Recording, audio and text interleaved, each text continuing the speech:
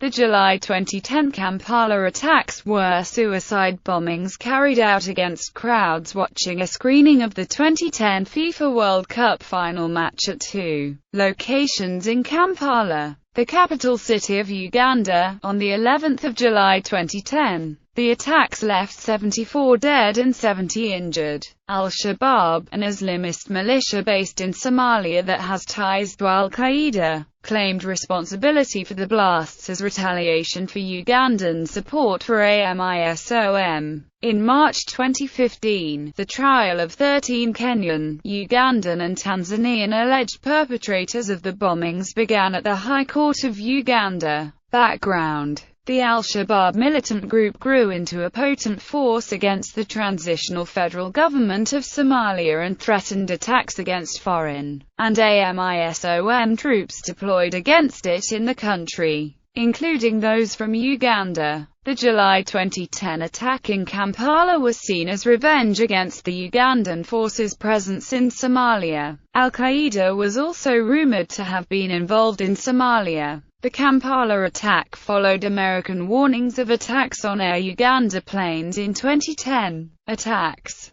The first bombing was carried out at a restaurant called the Ethiopian Village, situated in the Kabalagala neighborhood, with many of the victims foreigners. 15 people died in this attack. The Kabalagala bombing occurred during the 2010 FIFA World Cup final. The second attack, consisting of 2 explosions in quick succession, occurred at 11:18 p.m. at Kyadanda Rugby Club in Nakawa, where state-run newspaper New Vision was hosting a screening of the match. According to eyewitnesses, there was an explosion near the 90th minute of the match, followed seconds later by a second explosion that knocked out the lights at the field. An explosion went off directly in front of a large screen that was showing the telecast from South Africa, killing 49 people. The discovery of a severed head and leg at the rugby field suggests that it was a suicide attack carried out by an individual. A third unexploded vest was later found. A Uganda police force officer stated the total death toll as 64. A further 71 were hospitalized, 14 of whom were treated for minor injuries and later discharged. Uganda Police Force Inspector General Kale Hura stated,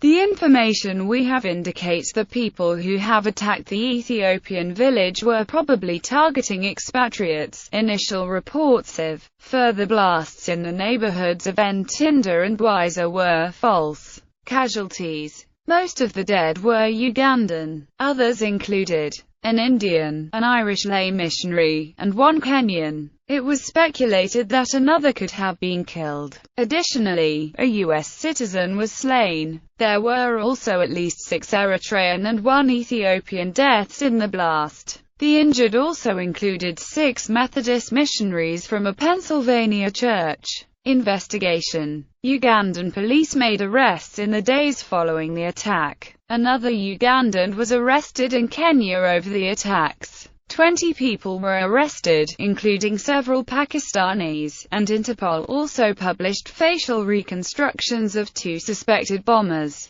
Uganda's police said they had come to believe 2 suicide bombers were part of the attacks. Facial reconstructions of the 2 suspected suicide bombers suggested one was of Somali origin and the other a black African of unknown origin. There is strong evidence that these attacks were carried out by suicide bombers. The facial identification were on 2 bodies which have remained unclaimed and unidentified. 3 Kenyans, Hussein Hassan Agad, Muhammad Adan Abdow and Idris Magandu, were charged with 76 counts of murder. The chief magistrate, however, said they were not allowed to enter a plea because the court does not have jurisdiction to rule on the crime of terrorism. They are due back in court on the 27th of August, but will not be permitted to plead until the Directorate of Public Prosecutions decides the case is ready to move to the High Court. On 12 August 2010, Chief of Military Intelligence James Mugira stated that all suspects at the time had been arrested. On 18 August 2010, Ugandan officials charged 32 people with murder. John Kagezi, the state attorney, said 4 of those charged confessed to the attacks. Court hearings were to start for the Ugandan, Kenyan and Somali nationals on 2 September 2010, though police said continued investigations were ongoing and that more arrests may follow. Responsibility. Al-Shabaab, one of the groups in the Islamist insurgency in Somalia, has claimed responsibility for the attacks. The Wall Street Journal quotes an unnamed Al-Shabaab senior leader stating, "We have reached our objective. We killed many Christians in the enemy capital." Reports also allege confirmation from other Al-Shabaab militants. This is Al-Shabaab's first attack outside of Somalia. On 9 July, Al-Shabaab leader Sheikh Mukhtar Robo had called for attacks against Uganda and Burundi. Al-Shabaab leader Sheikh Yusuf Sheikh Issa told Reuters, "Uganda is a major infidel country supporting the so-called government of Somalia. We know Uganda is against Islam and so we're very happy at what has happened in Kampala. That is the best news we ever heard." However, he refused to confirm or deny responsibility after the attacks, also stating, "Uganda is one of our enemies. Whatever makes them cry, makes us happy. May Allah's anger be upon those who are against us." By 12 July, Sheikh Ali Muhammad Rage from Mogadishu stated, "We will carry out attacks against our enemy wherever they are. No one will deter us from performing our Islamic duty." Sheikh Ali Muhammad Rage, a spokesman for the group, saying, "Al-Shabaab was behind the 2 blasts in Uganda. We thank the Mujahideens that carried out the attack. We are sending a message to Uganda and Burundi. If they do not take out their AMISOM troops from Somalia, blasts will continue and it will happen." Other organizations that had been suspected in the attacks were the Allied Democratic Forces and Lord's Resistance Army, both of which are armed groups operating from the Democratic Republic of the Congo.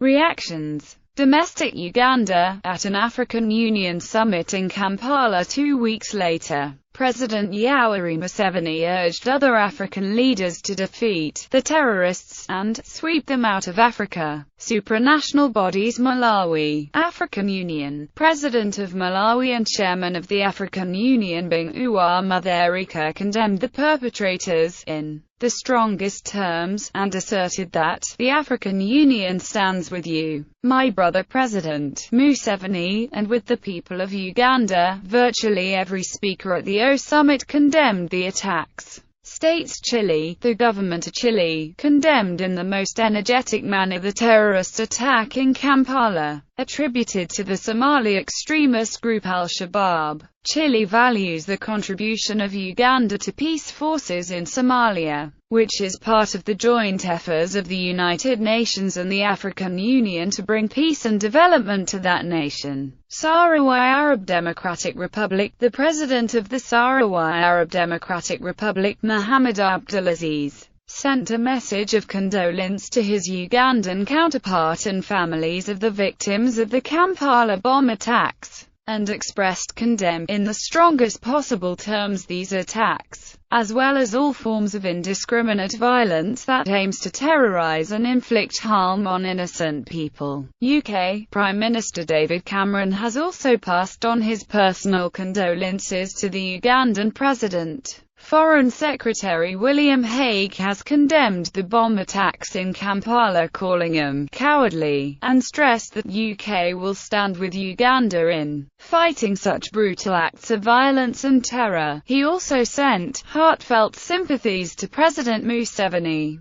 USA President Barack Obama claimed in an interview with SABC that the attack was an example of how al-Qaeda does not regard African life as valuable in and of itself. An anonymous U.S. government official confided to Jake Tapper of ABC News an administration belief that al-Qaeda is a racist organization, which practices discriminatory techniques and sentiments in the deployment of black African operatives because economic conditions in most African countries supposedly make black Africans more susceptible to recruitment than Arabs. Vietnam, Ministry of Foreign Affairs spokesperson Nguyen Phong Nga on 13 July said, "We are extremely indignant upon learning of the two bomb attacks on July 11 in the Ugandan capital of Kampala, in which many civilians were killed and injured. We express our heartfelt condolences to the government of Uganda and families of the victims. We strongly condemn the attacks at civilians and hold that perpetrators of these attacks should be appropriately punished." Trials. In 2011, suspect Idris Nsu Buga, aged 31, was sentenced to 3 concurrent 25-year sentences over his alleged involvement in the Kampala attacks.